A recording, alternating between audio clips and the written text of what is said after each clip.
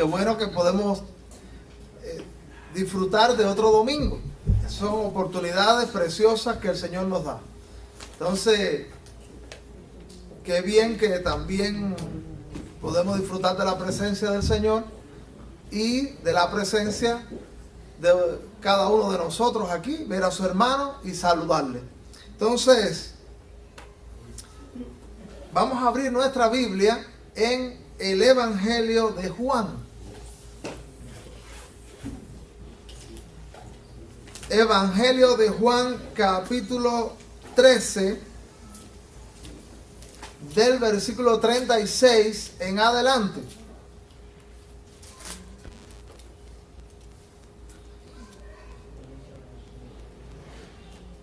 Y vamos a hablar de la necesidad de interpretar a Jesús. La necesidad de interpretar a Jesús. Juan capítulo 13 del 36 en adelante. Es lo que buscamos ahí en la Biblia. Queremos saludar a este joven que tenemos por aquí. ¿Cuál es su nombre? José Manuel. Saludamos a José Manuel y los demás somos de la casa, porque Yanira también es de la casa. Así que te saludamos, Yanira, Dios te bendiga. Y bueno, Javier y Yuri, que han estado por razones ajenas a su voluntad, no han podido estar todo el tiempo que ellos quisieran con nosotros, pero esperamos que el Señor abra puertas. Entonces, Juan capítulo 13 del 36 en adelante, dice las Sagradas Escrituras. Le dijo Simón Pedro: Señor, ¿a dónde vas? Jesús le respondió: a donde yo voy no me puedes seguir ahora, más me seguirás después. Le dijo Pedro: Señor, ¿por qué no te puedo seguir ahora? Mi vida pondré por ti. Jesús le respondió: tu vida pondrás por mí. De cierto te digo, no contará el gallo sin que me hayas negado 3 veces. No se turbe vuestro corazón, creéis en Dios, creed también en mí. En la casa de mi Padre muchas moradas hay.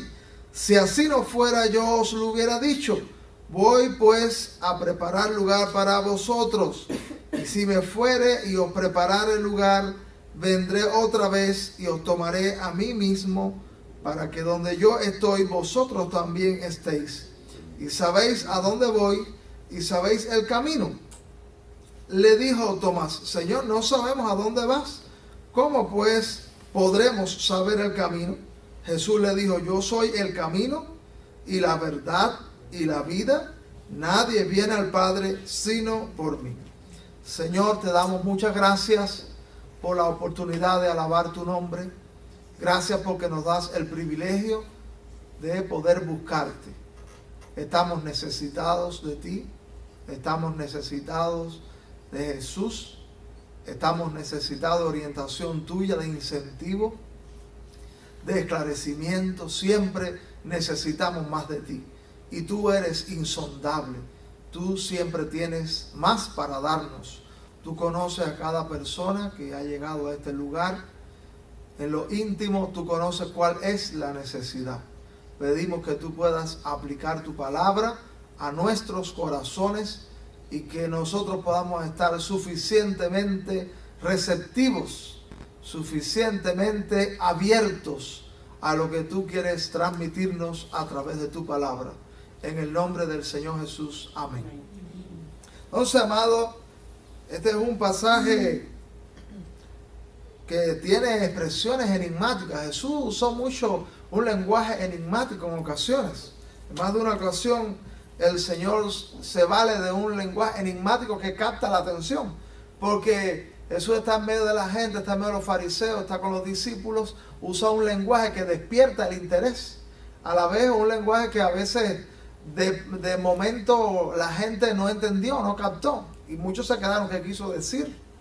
O quizás tomaron las palabras de Jesús en un sentido que no era el que Jesús quería transmitir. Y hay necesidad de interpretar a Jesús.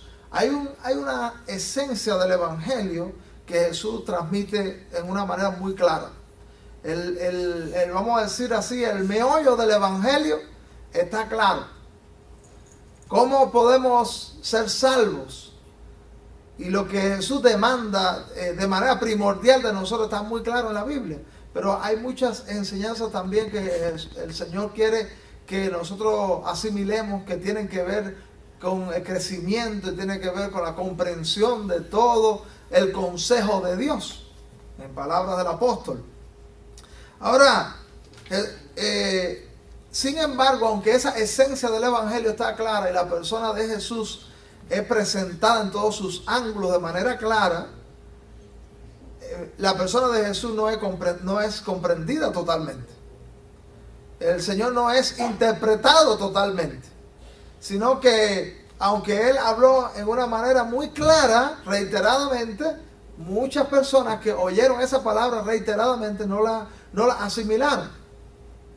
Y es necesario, la Biblia habla de que es necesaria una colaboración del Espíritu, que el Espíritu Santo se anticipa para que nosotros podamos comprender la palabra de Dios, pero también hace falta una disposición del corazón para asimilar esa palabra de Dios. El Espíritu de Dios está actuando para que la gente pueda comprender la palabra, y Dios espera que nosotros respondamos con corazón abierto, con corazón sincero y con confianza en el mensaje que Él tiene para cada uno de nosotros. Nos toca a nosotros una respuesta a las ofertas de Dios y a las enseñanzas que Él nos transmite. Jesús es una oferta de Dios Todopoderoso para la humanidad, para los seres humanos. Ahora vamos a ver este pasaje, algunas de esas enseñanzas y algunas expresiones y algo de la necesidad de interpretar a Jesús. Porque si no se interpreta a Jesús, no se interpreta el cristianismo. ¿Sabe que la Biblia tiene temas difíciles? Pregunto. La Biblia tiene temas difíciles. Y aunque a veces podemos pasar la vida entera estudiando la Biblia, escudriñándola, profundizando, siempre habrá temáticas que sean duras, que sean difíciles. El apóstol Pedro habló acerca de los escritos de Pablo, que habían cuestiones difíciles de entender. Pero algunas de esas cuestiones difíciles de entender nos podemos dar el lujo de equivocarnos. De que hay aspectos que no comprometen nuestra salvación, que no comprometen nuestro cristianismo, que no comprometen nuestra relación con Dios. Hay versículos de la Biblia donde podemos darnos el lujo de equivocarnos. En esta misma mañana, estamos seguros que algunos de nosotros puede decir, yo soy cristiano. Y eso es verdad. Y probablemente algunos de esos que somos auténticos cristianos pudiéramos poner a conversar y quizás habría diferencias de opinión en diferentes temáticas de la Biblia. Y algunas de esas temáticas podemos darnos el lujo, reitero, de equivocarnos. Porque seguimos siendo hijos de Dios. Aunque podamos interpretar esos aspectos secundarios del Evangelio, equivocándonos, errando, pero no es posible interpretar mal a Jesús sin comprometer nuestro cristianismo, nuestra relación con Dios. Jesús es la principal figura del cristianismo. Y el cristianismo está fundado sobre Jesucristo. Y todo lo que podamos llegar a hacer con Dios y para la eternidad tiene que ver con Jesús. Fíjese, por eso quizás en este mundo en que vivimos usted puede hablar de Dios. Hay veces se puede hablar de Dios. En diferentes espacios se puede hablar de Dios. Pero si se menciona a Jesús, hay gente que se pone mala. Porque, bueno, realmente hay muchos dioses o muchos que se llaman dioses. Pero para llegar al Dios verdadero solo hay un camino, solo hay una manera. Ese es Jesús, que también es Dios encarnado. Y a Satanás no le conviene que interpretemos a Jesús, porque si interpretamos bien a Jesús, pues hay salvación, hay vida. El cielo te favorece, el cielo me favorece. Así que no es conveniente que se interprete a Jesús. Pero es una responsabilidad interpretar a Jesús. Porque no vamos a poder decir, no, Señor, el asunto es que tú no me lo explicaste bien. No, es que cuando nos presentamos delante de Dios, el asunto es que tú no me asimilaste. Que tú no me interpretaste. La responsabilidad es nuestra de interpretar a Jesús. Y por eso incluso, fíjense, si el asunto de Jesús es serio, hay una agenda anticristiana y satánica, más allá de lo humano, que dice que no se puede mencionar a Jesús porque eso es racismo. Pero no es racismo porque lo que te excluye es del cielo. Pero entonces dijeron, no, Jesús no pueden hablar aquí. Aquí puedo hablar de Dios, pero no de Jesús. Porque Dios se lo podemos aplicar a cualquier cosa, a cualquier personaje, a cualquier religión. Pero Jesús es el cristianismo. Entonces, mire lo que aconteció en esta narración. Mire qué acontecimiento con Pedro. Usted sabe que el Señor en reiteradas ocasiones anunció su partida. Él anunció que se iba. Siempre, óigame, hemos hablado de que de aquella persona que experimentó a Jesús, las sanidades de Jesús, los milagros de Jesús, las maravillas de Jesús, que la gente tenía hambre y Jesús le daba de comer, y que la gente tenía fiebre y le quitaba la fiebre, y que Jesús se levantaba las tempestades y el Señor quitaba las tempestades, que ahora, no, me voy. Eso constituye una preocupación, un motivo de tristeza, y ese fue el caso de los discípulos. Y entonces tenemos un discípulo que es tremendo rollo. El discípulo del rollo es Pedro. Es que en el cuerpo de Cristo, en la iglesia, hay diferentes temperamentos. Los discípulos no son la excepción. Pedro era el discípulo del rollo. Que él en ocasiones acertaba y en ocasiones daba tremendo dolor de cabeza al Señor. Y desafiaba y retaba al Señor. Bueno, aquí mismo lo encontramos retando al Señor. Dice el versículo 36 del capítulo 13, dice, le dijo Simón Pedro, Señor, ¿a dónde vas? Jesús le respondió, a donde yo voy no me puedes seguir ahora, más me seguirás después. Así que, ¿a dónde vas? Jesús de momento inmediatamente no le contesta. Él dice, ¿a dónde vas? Y Jesús le dice, en otras palabras, parafraseando a Jesús, dice, no importa dónde yo voy ahora, porque caso de todas maneras, aunque yo te lo dijera, tú no puedes ir para allá, Pedro, así que confórmate con que me voy y tú te quedas. Pero entonces Simón Pedro, este discípulo de dolores de cabeza, dice el versículo 37, le dijo Pedro, Señor, ¿por qué no te puedo seguir ahora? Mi vida pondré por ti. Fíjese, ¿por qué no te puedo seguir ahora? Quiero decirle algo. No es malo preguntar al Señor. ¿Cuántos saben eso? No es malo preguntar al Señor. Hay una enseñanza que yo entiendo el sentido de esa enseñanza, que es que no le preguntes al Señor por qué, sino para qué. ¿Usted no ha oído esa expresión? Eso es común. Yo creo que eso no... Yo entiendo el sentido de esa expresión, pero quiero decirle también que no es malo decir por qué. El asunto es qué intención, qué motivación, qué hay detrás de la pregunta. Si detrás de la pregunta hay un cuestionamiento de Dios, hay problema. Porque Dios es más inteligente que nosotros, Él domina más las circunstancias que nosotros, Él es el más grande, entonces cuestionamientos para Dios no debe haber. Pero si usted está interesado, Señor, si hay alguna posibilidad y tú me puedes explicar, me puedes dar alguna pista, eso no está mal, porque, mire, Jesús en la cruz dijo, ¿por qué me has desamparado? Entonces, el problema no es decir por qué, sino qué hay detrás de ese por qué, cuál es tu interés en preguntar por qué. Pedro pregunta por qué, pero yo creo que Pedro venía lleno de retos para el Señor. Y dice la Biblia, ¿por qué no te puedo seguir ahora? Mi vida pondré por ti. Fíjese, no hay veces que decimos, no, yo hasta el final con esta iglesia, final con el cristianismo, al final yo voy a triunfar con el Señor. Pero el Señor está mirando Y él sabe que los pies te van a temblar en algún momento. Y el Señor nos alerta. Entonces es mejor, Señor, yo quiero ir hasta el final. Ayúdame. Señor, yo quiero triunfar. Fortaléceme. Señor, yo quiero tener victoria. Respáldame. Es mejor. ¿No es verdad? Que no, yo sí, es verdad.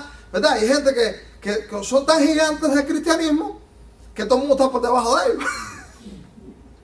Y entonces, no, yo sí, es verdad.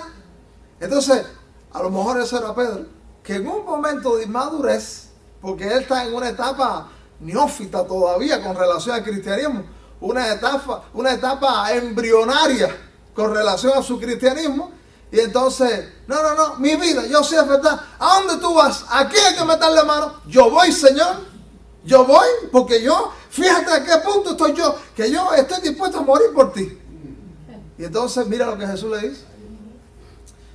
Jesús le respondió, cálmate, relájate, escúchame lo que te voy a decir. ¿Tu vida pondrás por mí? Esa es la primera pregunta. Vaya, como tú sabes cuando hay preguntas retóricas, ¿tú sabes qué quiere decir una pregunta retórica?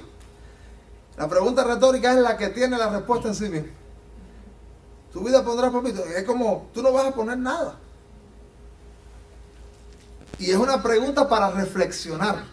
Es una pregunta, no porque el Señor, la pregunta de Jesús tú no te vas a creer que es para Jesús enterarse. Tú no me digas, Pedro. No, eso no va a pasar con el Señor. Las preguntas de Jesús tienen que ver con el esclarecimiento quizás para nosotros mismos. Si tu vida pondrás por mí, es para, Pedro, reflexiona, a ver. Salte el bache ese. Dice, de cierto te digo, no cantará el gallo sin que me hayas negado 3 veces. ¿Qué clase de reto? Ayer el reto lo planteó el Señor Jesús para Pedro. Tú que dices que vas a dar mi vida, que quieres saber para dónde yo voy. Porque en definitiva, si voy contra los leones, tú vas contra los leones. Si voy contra los ejércitos, tú vas contra el ejército, porque tú vas a poner mi vida. Pero resulta que frente a menos, Pedro se acobardó y negó al Señor. Y bueno, nosotros sabemos por la historia bíblica que eso se cumplió fielmente. Ahora el Señor le dice a Pedro, no me vas a seguir ahora, pero me vas a seguir después. O sea que tú sí vas a estar, tú sí te vas a enfrentar al reto, tú te vas a enfrentar a la lucha, pero ahora, Pedro, tú no estás en condiciones. Hay veces que el Señor dice que sí el Señor sí va a ponernos delante el desafío. Pero el Señor dice, pero no es ahora. El desafío viene después. Porque Jesús está diciendo que Él se va. ¿A dónde Jesús va? Al cielo. Jesús va con el Padre. Pero tú sabes cuál es el camino a través del cual Jesús va al Padre. Ese camino no era fácil. El camino por el que Jesús va al Padre es el camino de la muerte en la cruz. Y entonces, el Señor le dice a Pedro, tú no me vas a seguir ahora, pero tú me vas a seguir después. Tú vas también al Padre. Tú te vas a reunir conmigo. Y dice la tradición cristiana, que no podemos meter la mano en la candela por la tradición, pero el libro de los mártires habla de cómo Pedro se desafió a su última etapa. Y suponiendo que hubiese sido, se cuenta que el apóstol Pedro, estando haciendo una obra misionera en una ciudad, dice que Nerón, el gran emperador Nerón, que era un loco, quiso eliminar a Pedro y la gente le dio aviso a Pedro, óyeme, Nerón quiere eliminarte. Y dice que Pedro salió y iba saliendo de la ciudad, iba huyendo de Nerón, y dice que cuando él iba caminando a la salida, venía el Señor Jesús. Y entonces él le pregunta, Pedro huyendo de Nerón, le dice, Señor, ¿a dónde vas? Y dice, voy a morir en la cruz de nuevo. Y entonces dice que él se sintió tan humillado, él se sintió tan retado, que el apóstol Pedro dio media vuelta y viró. Y Pedro murió crucificado.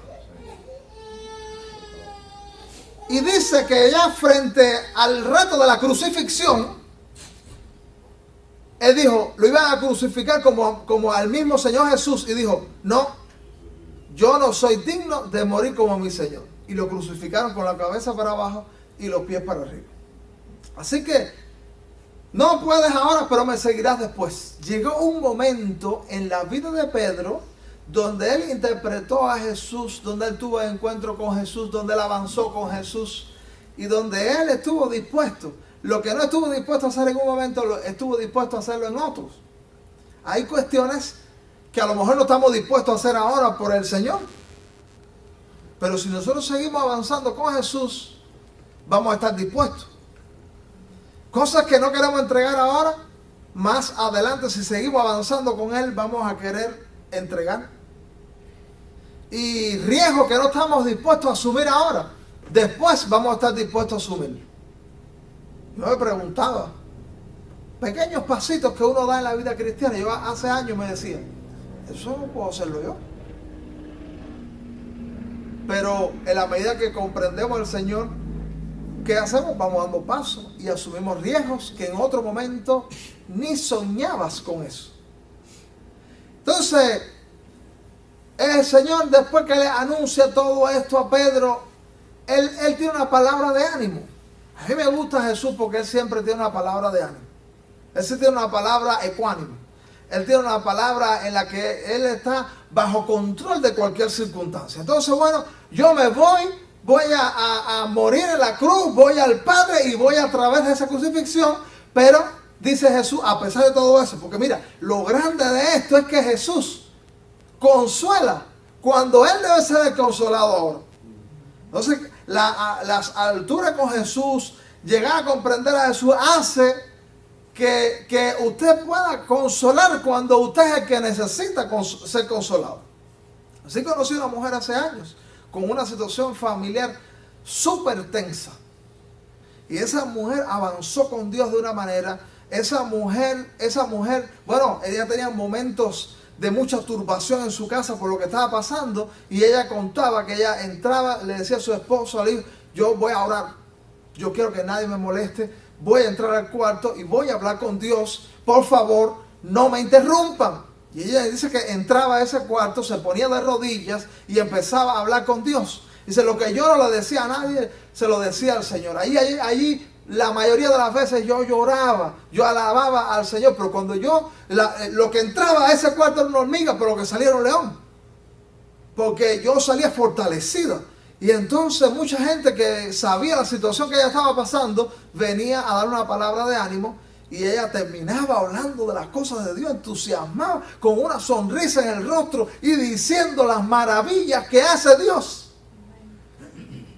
Bueno, Jesús nos está modelando lo que Él quiere que nosotros lleguemos a hacer. Porque mira como dice el versículo 1 del capítulo 14. No se turbe vuestro corazón. Creéis en Dios, creed también en mí. Así que, mire, eso es tremendo, porque Jesús está hablando de cuestiones muy fuertes. Y las palabras que salen de su boca es, no se turbe vuestro corazón. Si se turba el corazón humano por situaciones mucho menos estresantes, mucho menos difíciles, Señor, ¿cómo tú nos vas a decir que no se turbe el corazón cuando estamos hablando de muerte? Cuando estamos hablando de tantas cuestiones tan tensas, tan desagradables, tan tristes. Y Señor, tú nos estás diciendo que tú vas a partir. Que ya no te vamos a tener más que esas enseñanzas que tú nos dabas, que esas oraciones que tú hacías con nosotros. Ya tú no las vas a hacer más, ¿cómo no? Dice, no se turbe vuestro corazón. Qué maravilla que el Señor nos dice, nos puede decir en esta mañana, no se turbe vuestro corazón. Y que esas palabras son de Jesús para nosotros. ¿Cuál es la situación? No se turbe vuestro corazón, porque debemos interpretar la grandeza de Jesús. La maravilla de Jesús. Y entonces era necesario que Jesús fuera el Padre y fuera a través del camino que iba. Mire cómo dice el versículo 2. ¿Por qué digo que es necesario? En la casa de mi Padre muchas moradas hay. Si así no fuera, yo os lo hubiera dicho. Voy pues a preparar lugar para vosotros. O sea que el destino final del cristiano no es este mundo. Aquí estamos de pasada. Aquí estamos temporalmente. Dice el Señor que Él va a preparar el lugar. Ahora, el Señor no está haciendo ningún trabajo de pañilería en el cielo. Porque ya el cielo tiene espacios. ¿Tú sabes dónde el Señor preparó las moradas? Antes de subir. En la cruz es donde se prepara el lugar de las moradas. Lo que garantiza que podamos estar en el cielo no es un trabajo que Él hace allá arriba, es un trabajo que Él hizo antes de subir. Porque si no hay cruz, no hay salvación. Porque si no hay cruz, no hay espacio, no hay perdón, no hay limpieza, no hay obra del Espíritu, no hay vida. Por eso Jesús cuando estuvo ya en la cruz en sus últimos momentos, ustedes recordarán que Él dijo, consumado es. ¿Tú sabes lo que quiso decir Jesús allí? Las casas están listas para todos los que quieran habitar en el cielo. Las moradas están listas. Allí se preparó el lugar. Y por eso hace falta interpretar en qué consiste el cristianismo. Que lo que nos hace a nosotros poder disfrutar de las maravillas de Dios son los méritos de Jesús. Es bueno hacer cosas buenas. El cristianismo tiene que ver con hacer cosas buenas también, pero como resultado de ya ser hijo de Dios. Dice, no, ¿por qué yo debo estar en el cielo? No, porque yo leo la Biblia todos los días, porque yo voy los domingos a la iglesia, porque yo tengo ya memorizado una parte de la Biblia, porque yo me sé las principales doctrinas del Evangelio, porque yo doy ofrendas, porque yo le predico a otras personas. ¿Eso garantiza? No. Si no, entonces, tú sabes que Cristo no hubiera pasado ese trabajo y decirle a Pedro, Pedro, voy al cielo y voy a traer la cruz y voy a preparar la morada en la cruz. No, el Señor dice, construye tu morada, Pedro. ¿Verdad? Constrúyela. Trata de portarte bien, Pedro. Trata de colaborar con todo el mundo. Trata de hacer buenas acciones. Pero no era posible así.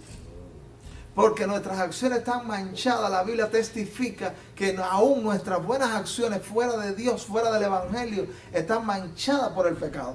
Uno de los padres de la iglesia del tercer siglo dijo que las buenas obras son grandes pasos, pero fuera del camino. Primero hay que ser salvo para hacer buenas obras que agraden a Dios. Y las buenas obras son un resultado de ya ser salvo. No es hacer buenas obras para encontrarme con Dios, para acceder a Dios, sino entramos lleno de chapucería, lleno de situaciones desagradables, había una persona que de vez en cuando yo le predicaba el Evangelio, y uno de los obstáculos para él se quedaba escuchándome, a veces me hacía alguna otra pregunta, él escuchaba, si yo no importa el tiempo que yo le predicara, el hombre estaba atento escuchándome, y a veces me interrumpía, hacía alguna que otra pregunta o algún aporte a lo que yo estaba diciéndole. Y entonces dice, oye, ese camino del Evangelio, del cristianismo, de la Biblia, eso es una cosa linda. Pero yo estoy muy lejos de Dios. Yo estoy haciendo cosas muy feas. Mi situación es grave, dice el hombre. Voy a tratar de resolver eso para entonces acercarme a Jesús. Y yo dije, ¡no! El asunto es que tú vengas así, hecho leña como tú estás. Porque no eres tú quien puede reparar tu vida, es Jesús quien la repara. Amén. Y como resultado tú tienes una vida positiva, una vida buena, una vida de esposo, una vida de todo lo que tú quieres ser. Le digo al hombre, bueno, Jesús está hablando de eso, voy a preparar la morada. Entonces por eso es que todo el que quiere encontrarse con el Dios verdadero, todo el que quiere tener acceso a la maravilla de Dios, no hay otra alternativa, no hay otra posibilidad que no sea Jesús. Porque el único que preparó el lugar fue Él. Y si alguien quiere el favor divino, las bendiciones de Dios, la vida de Dios, ser hijo de Dios, inevitablemente tiene que pasar por Jesús. Jesús fue el que llevó a cabo ese trabajo. Y como Él es el dueño de esas moradas, Él es el que las puede ofertar. Los dueños son los que pueden disponer de lo que es de ellos. No puede venir otro a disponer. Entonces Jesús es el que gana eso y Jesús es el que dispone. Y dice la Biblia en este versículo 3, y si me fuere y os preparara el lugar, vendré otra vez. Esto habla que vienen otra vez. Y os tomaré a mí mismo para que donde yo estoy, vosotros también estéis. O sea que llega un día en el que el Señor Jesús viene a recogernos y que nosotros disfrutemos de las mansiones celestiales. Ahora, dice el versículo 4, porque esto era algo que Jesús no le está diciendo desde ahora, Jesús le viene diciendo hace tiempo. Ahí, por eso, mire, yo una cosa que he aprendido es que las verdades espirituales siempre hay que repetirlas. Dice que la madre de la enseñanza, ¿tú sabes cuál es? Dijo algo. La repetición. Y Jesús las mismas enseñanzas le empezó a dar. Y estaba ya llegando al final del Evangelio, casi Cristo se va para el cielo y yo no entiendo. Todavía, ¿cómo es eso? Fíjate que Jesús dice en el versículo 4, mira cómo dice, y sabéis a dónde voy y sabéis el camino. Y sabéis a dónde voy y sabéis el camino. Porque lo que Jesús está diciendo es, a esta altura ya usted debe conocer, debe saber. ¿Sabe? Que nosotros tenemos que preguntarnos, bueno, a esta altura, ¿qué debo saber yo? A esta altura, es una pregunta para cada uno de los personales, a esta altura, ¿qué debo saber yo? Porque a lo mejor hay una altura en la que ya tú estás, que tú debes saber algunas cosas que no sabes. Y entonces, como Tomás, te dan 0 en el examen. Porque llegó el tiempo en el que algunas verdades espirituales debieron ya ser asimiladas. Y entonces tenemos que ponernos, como dicen, tenemos que ponernos las pilas. Y pensar, Señor, ¿qué es lo que tú tienes ahora mismo para mí? Fíjense, Tomás está perdido, ¿qué dice? Versículo 5, le dijo Tomás, ¿están mirando la Biblia? Mira, le dijo Tomás, Señor, no sabemos a dónde vas. ¿Cómo pues podemos saber el camino? Pero Jesús viene anunciando. Si tú miras el Evangelio desde que arranca, Juan el Bautista estaba hablando de quién es el que lleva al Padre, quién es el Salvador. Y a esta altura Tomás, no, nosotros no sabemos nada de eso. ¿Cómo que sabemos? Nosotros no sabemos, Señor. Porque las verdades espirituales no se captan de golpe. Hay gente incluso que va a seminarios de teología y pasa 5 años, 4 años y ganan certificados en teología de gran altura y salen semianalfabetos porque el asunto es que las verdades espirituales se captan en un proceso. Y en la medida que tú creces con Dios, que tú oras, que tú estudias las Sagradas Escrituras, tú vas entendiendo. En la medida que tú te vas haciendo manuable en las manos del Señor, tú vas captando todo lo que el Señor tiene para ti. Entonces no debe preocuparte que tú... La gente cree también que ser cristiano es un asunto de entender la Biblia de Génesis y Apocalipsis. No, de ninguna manera. Algunos llevamos muchos años en cristianismo y no entendemos un montón de cosas. Y estamos estudiándole y preguntándole al Señor. Pero la persona de Jesús tú tienes que comprenderla. Había una persona en mi iglesia que yo veía el fruto cristiano, veía todo lo que estaba pasando en su vida. Y entonces los hermanos en la fe, yo también le estaba estimulando. Da un paso y comunícate y dinos, voy a bautizarme, que es un mandato del Señor. Y entonces, no, porque yo tengo muchas dudas. Dice, pero tú eres cristiana. Sí. Y ella había abandonado su vida cristiana. Y yo, mira, pero muchacha, el bautismo es cuestión de inicio, no de fin. El cristianismo habla de conversión, no de madurez. Entonces, ¿a ti te falta? A mí también. Le dije, porque el asunto es que tú seas hija de Dios. Y para ser hijo de Dios hay que entenderlo todo. La persona de Jesús. Esa es la clave. Pero Tomás está perdido en el llano. Porque dice, no sabemos el camino. Entonces Jesús le dice el famoso versículo. ¿Cómo dice el famoso versículo Juan 14:6? Yo soy el camino, la verdad y la vida. Dice, nadie viene al Padre sino por mí. Ahora se está hablando mundialmente, la expresión es el macroecumenismo. ¿Tú sabes qué cosa es el macroecumenismo?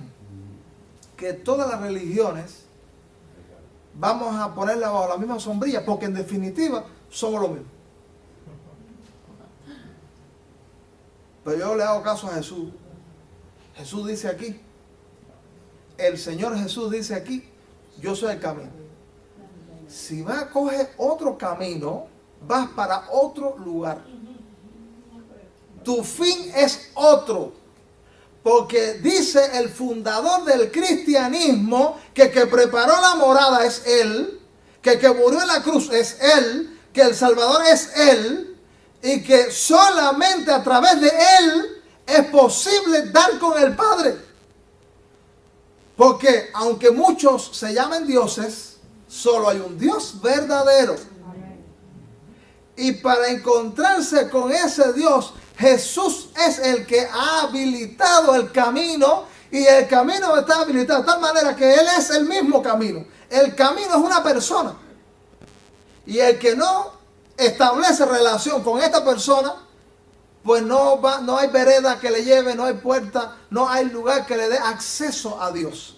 Cualquier persona dice, a mí me gusta Dios, qué bueno es Dios, me encanta oír de Dios, yo creo en Dios. Sí, pero ¿y Jesús?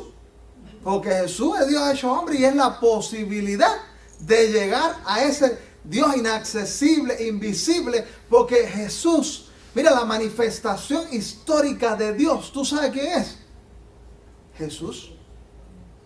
Y no, Dios es espíritu, es invisible, habita en luz inaccesible, dice el apóstol Pablo en la epístola a Timoteo. Entonces, bueno, ¿y cómo podemos saber algo de Dios? ¿Cómo podemos saber algo de Dios? Jesús. Mira cómo dice la Biblia en este mismo evangelio.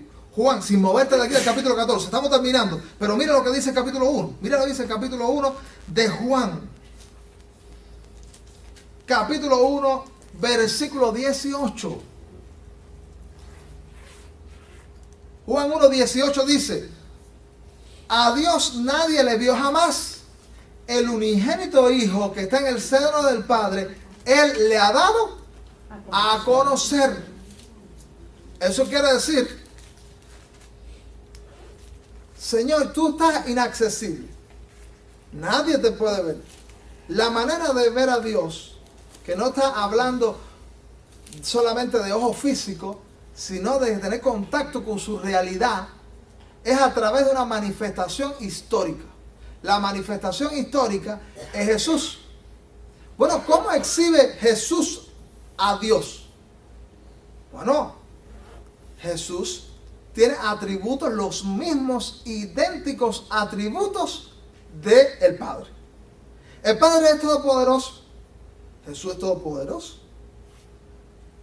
Él es omnisciente. El Padre es omnisciente, lo sabe todo. Jesús lo sabe todo. El Padre es santo. Jesús es santo. Y entonces que vea a Jesús, en realidad ¿quién está bien? Al Padre. Porque Jesús irradia todo lo que el Padre es en su manifestación histórica. Así que qué privilegio tuvieron aquella gente. Cuando Jesús estaba caminando, estaba manifestando sus milagros, estaba haciendo sus maravillas. Él estaba exhibiendo al Padre, estaba exhibiendo a Dios. Porque él tiene todos los atributos de Él y ellos podían conocer ese ser divino inaccesible a través de la persona de Jesús. Y dice aquí la Biblia, no dice yo soy el camino, fíjate que no es yo soy uno de los caminos, yo soy el camino. O sea, la única manera de que usted pueda caminar hacia Dios es Jesús. Después también dice la verdad. La verdad es que Jesús es lo auténtico, lo real. Usted sabe que todo lo demás son espejismos. Nosotros, el mundo confía en los espejismos. Como la sed en el desierto puede hacer que la gente vea lo que no hay. Y entonces ve los espejismos. El pecado hace que la gente viva corriendo hacia los espejismos. Pero los espejismos son verdad, son reales, son genuinos. No, después la gente dice, ahora sí, voy a ir adelante. Y entonces la gente se lanza contra el espejismo. Y cuando llega a la zona, casi así que despierta, dice, nada, sigo insatisfecho. Entonces cuando Jesús dice que yo soy la verdad, hay autenticidad. Todo lo que Jesús dice, todo lo que Jesús oferta, es genuino. Así que si tú estás mirando la Biblia, lo que dice, cuando yo me convertí, esas palabras a mí me retumbaban. La verdad. Porque cómo se cuestiona el ser divino. A veces Satanás no está tan cuestionado como Dios mismo. Pero él dice, yo soy la verdad. Y dice también que yo soy la vida. Y cuando dice que yo soy la vida, no está diciendo lo mismo que pudiéramos decir nosotros. Yo puedo decir yo tengo vida. Pero la vida que yo tengo es recibida. La recibí de mis padres. Por supuesto, de Dios sobre todas las cosas, pero naturalmente el instrumento que Dios usó fue los padres. Un día mi mamá me dio a luz, me tuvo ahí en su vientre 9 meses. Pero cuando Jesús dice yo soy la vida, no es lo mismo. No es que yo tengo vida, es que yo soy la vida. Yo soy la misma esencia. Yo soy la fuente. Yo no la he recibido. Yo sí puedo darla, pero no la he recibido. Fíjate qué nivel Jesús. Entonces los que quieren la vida, porque el mayor problema es el problema de la muerte. Y Jesús tiene eso resuelto, pero es Él el camino. Es Él la verdad. Y es Él la vida. Entonces tiene que refrescarle el moropo a Tomás cuando le dice en el versículo 7, sí, mire cómo dice Jesús, porque mire, tú sabes que el Señor Jesús está siendo cuestionado hasta el día de hoy. ¿Quién es Jesús? ¿Quién es Jesús? Eso está hasta el día de hoy cuestionado. Tengo ahí en donde vivo, tengo unos testigos de Jehová que están locos por darme una clase. Pues no hemos podido coincidir. Y entonces, y van ahí de vez en cuando y hemos tenido algunos conversatorios, gente muy amable, gente maravillosa, pero que yo creo que no están interpretando a Jesús. Y eso es el problema. Dice aquí en el versículo 7, ¿cerraste la Biblia? Si me conocéis, Jesús está hablando al fundador del cristianismo, si me conocéis, también a mi Padre conoceríais. Fíjate, quien conoce a Jesús, en realidad ha conocido al Dios que está en el cielo inaccesible. Sigue diciendo, y desde ahora le conocéis, y más que conocer eso, dice, ¿le habéis visto? Chocaste con él tú más. Y dice aquí la Biblia, Felipe le dijo, Señor, muéstranos al Padre y nos basta. ¿Estás tupido? Pero esas tupiciones nos entran a nosotros también. Porque necesitamos a veces la ayuda del Señor que nos alumbra. Sigue tomando, no, muéstranos al Padre y ya vamos a estar quietos. Dice Jesús de nuevo, versículo 9, Jesús le dijo, porque Jesús es un maestro que se toma el trabajo de explicárnoslo 1000 veces. Tenemos que aprender de Jesús. Tanto tiempo hace que estoy con vosotros y no me has conocido, Felipe.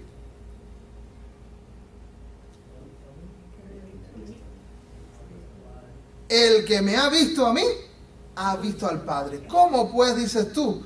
Muéstranos el Padre. Que me ha visto a mí, porque ¿qué cosa es ver a Jesús? Ver todos exhibidos, todos los atributos de Dios. Porque, mire, la Biblia presenta a Jesús como hijo de Dios, ¿no es verdad? Tenemos después que dar unos estudios bíblicos. Es la segunda persona de la Trinidad. Pero Jesús, nosotros somos hijos de Dios, pero nosotros no somos hijos de Dios en la misma manera que Jesús es hijo de Dios. No somos lo mismo. Por eso la Biblia dice en Juan 3:16 que habla, porque de tal manera amó Dios al mundo que ha dado a su hijo, ¿cómo dice? Eso quiere decir único en género. Unigénito es único en género. Porque nosotros somos hijos de Dios, pero no de la misma manera que Jesús. Y entonces Jesús le está diciendo, el que me ha visto a mí ha visto al Padre, pero el que te ve a ti y me ve a mí no ve al Padre. No tiene una idea de la hermosura de Dios. Pero Dios, estamos hablando de Jesús con todos los atributos. Dios tiene atributos que son comunicables y Dios tiene atributos que son incomunicables. Por ejemplo, Dios es amor. ¿Podemos tener nosotros amor? Podemos tener amor. Dios es santo. ¿Podemos tener santidad? Dios es misericordioso. ¿Podemos tener misericordia? A Dios es todopoderoso. ¿Podemos nosotros ser todopoderosos? Entonces, Dios es omnisciente. Se la sabe todo. ¿Tú puedes sabértela todo? Esos atributos son incomunicables. Esos pertenecen a la misma esencia divina. Pero eso lo tiene Jesús. Y hay un solo Dios. Porque, ¿qué dice Juan 10:30? ¿Usted tiene tu Biblia abierta? Juan 10:30 es un versículo muy cortico. Si alguien lo encuentra, lo puede leer rapidito. Juan 10:30. Yo y el Padre, uno solo. O sea, ¿quién está diciendo eso? Jesús, yo y el Padre, uno somos. Porque nosotros tenemos los mismos atributos. Nosotros somos el mismo ser.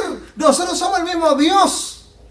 Y el Señor se ha encargado de desarrollar su plan de salvación. El Padre envió al Hijo. El Hijo desarrolla y evidencia y revela al Padre. Y le dice, aquí está servida la mesa. Yo soy el camino, la verdad y la vida. ¿Cuántos quieren cruzar por este camino? Este camino es de salvación. Este camino es de vida. Este camino es de ir al cielo. Y dice la Biblia en este versículo 10 que el Señor le sigue explicando, ¿no crees que yo soy en el Padre y el Padre en mí? Las palabras que yo os he hablado, los hablo, no las hablo por mi propia cuenta, sino que el Padre que mora en mí, Él hace las obras. Que es que yo soy en el Padre y el Padre en mí. De otra manera, creedme por las mismas obras. Y mire, hermano, por eso es que Jesús es la autoridad para que el Dios inaccesible, todopoderoso, pueda bendecirte, pueda escuchar tus oraciones, pueda haber favor sobre la vida de un alma. La única manera es el Señor Jesús, es el nombre de Jesús. Si alguien decide no contar con Jesús, quien niega al Hijo, niega al Padre. Porque realmente Cristo es el camino de Dios el Padre ha escogido. Y entonces, hay veces que nosotros creemos también que el asunto de la autoridad del Señor sobre nosotros es un asunto de nombre. De decir Jesús. Y no es que yo no creo que está mal las oraciones. Yo hago las oraciones en el nombre de Jesús. Y digo en el nombre del Señor Jesús. Todos hacemos eso. Todos los cristianos en el nombre de Jesús. Pero ese nombre, ese asunto del nombre tiene que ver más. Tiene que ver con un paso más. Tiene que ver con más que una verbalización. Que tú digas el nombre de Jesús. Porque hay mucha gente que puede estar en el nombre de Jesús. Pero el nombre de Jesús tiene que ver con la voluntad de Jesús. El nombre de Jesús tiene que ver con la autoridad de Jesús. El nombre de Jesús tiene que ver con lo que Jesús es. Mira lo que dice aquí la Biblia. Versículo 12. De cierto os digo, el que en mí cree las obras que yo hago, él las hará también y aún mayores hará, porque yo voy al Padre. Quiere decir, óyeme, la iglesia cristiana llena de Jesús, en el nombre de Jesús y con el poder de Jesús, ha llevado adelante proyectos increíbles. La iglesia primitiva, el Señor Jesús andaba con los 12, aquellos que se convirtieron, y un grupito después de la resurrección que se acercó, y los discípulos. Pero la iglesia primitiva, las conversiones y los milagros y las maravillas fueron tremendas. Y fueron mucho más allá que lo que Jesús encarnado había hecho.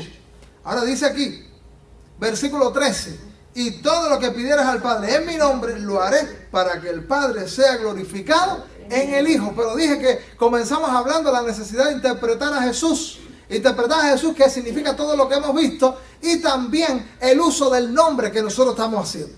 Tenemos que seguir diciendo las oraciones en el nombre de Jesús, pero tenemos que entender que que el uso que nosotros hacemos de ese nombre tiene que ver más con que tú verbalices, con que tú se escuche un sonido que diga Jesús, tiene que ver más con eso, tiene que ver con que tú sintonizas con Jesús.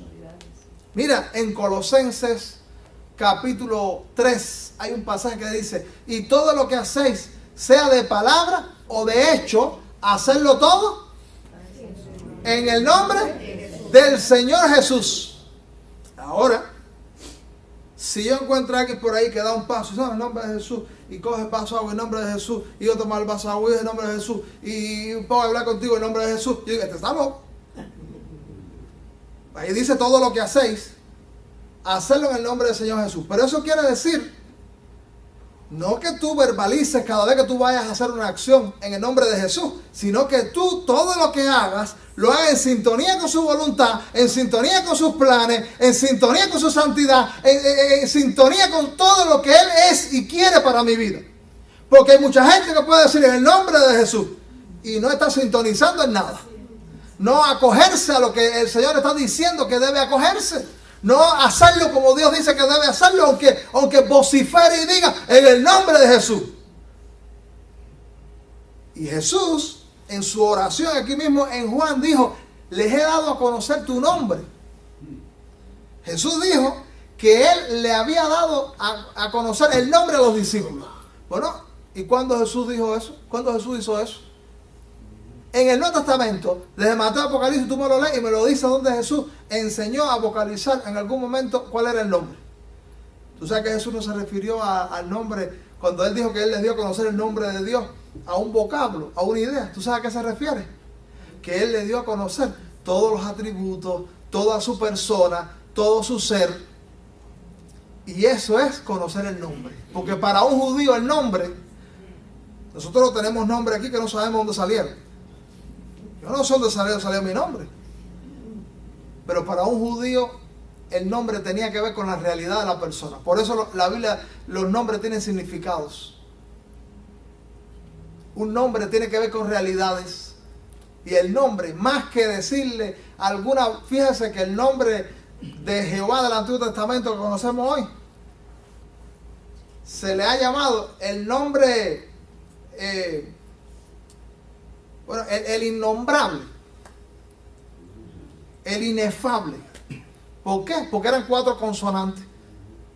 En el idioma hebreo no había cómo pronunciar el nombre de Dios. Y después unas personas llamadas los masoretas le añadieron unas vocales y quedó Jehová o quedó Yahvé. Pero el original no había forma de pronunciar. Y Jesús dice: les he dado a conocer tu nombre. ¿Cuál, Señor? Porque esto tiene que ver con su persona. Usted puede decir: yo les di a conocer a Orlando. Bueno, pero ¿qué significa eso? Bueno, tiene que hablar de mí. Más allá del nombre. Porque un nombre en sí mismo no nos dice nada. Porque ¿cuánta gente se llama Jesús por ahí? Mucho Jesús. Pero el Jesús que nosotros estamos hablando es el Todopoderoso. Alabado sea el nombre del Señor. Hermanos, vamos a interpretar la persona de Jesús. Vamos a abrazar la persona de Jesús. Y vamos a procurar que los que nosotros le hablemos, digamos, eso tiene que ver con conocer a Jesús en lo más íntimo, en lo más personal. Tú necesitas a Jesús. Se cuenta de 12 rusos que fueron mordidos por lobos y fueron contaminados como lobos rabiosos y fueron enfermos. Y Pasteur había descubierto el antídoto para que fuera sanado de rabia. Y los rusos se movilizaron, 18 rusos se movilizaron y fueron a Francia buscando a Pasteur. Y ellos no sabían francés, pero ellos llegaron también solamente verbalizando Pasteur, Pasteur, Pasteur, y así la gente le fue entendiendo y lo fueron orientando. Y los rusos fueron sanos por las posibilidades que había en Pasteur. Los que venimos a Jesús, por las posibilidades que hay en Jesús, y solo en ese nombre hay salvación, hay vida, hay poder para la oración. Vamos a cogernos a ese nombre en serio. Señor, muchas gracias por esta preciosa mañana. Tú nos emocionas con tu palabra, pero tú también quieres que seamos esclarecidos de tu palabra. Señor, pedimos que tú nos ayudes a asimilarla. Señor, hay mucha gente que necesita a Jesús. Y nosotros como iglesia tenemos que entenderlo para nosotros y tenemos que entenderlo para otros que están buscando a Jesús. Pedimos, Señor, que abracemos a Jesús. Nos tomemos en serio a la persona del Salvador y entendamos que en Él hay todas las posibilidades del universo para restaurar, para levantar. Glorifica tu nombre en nuestras vidas.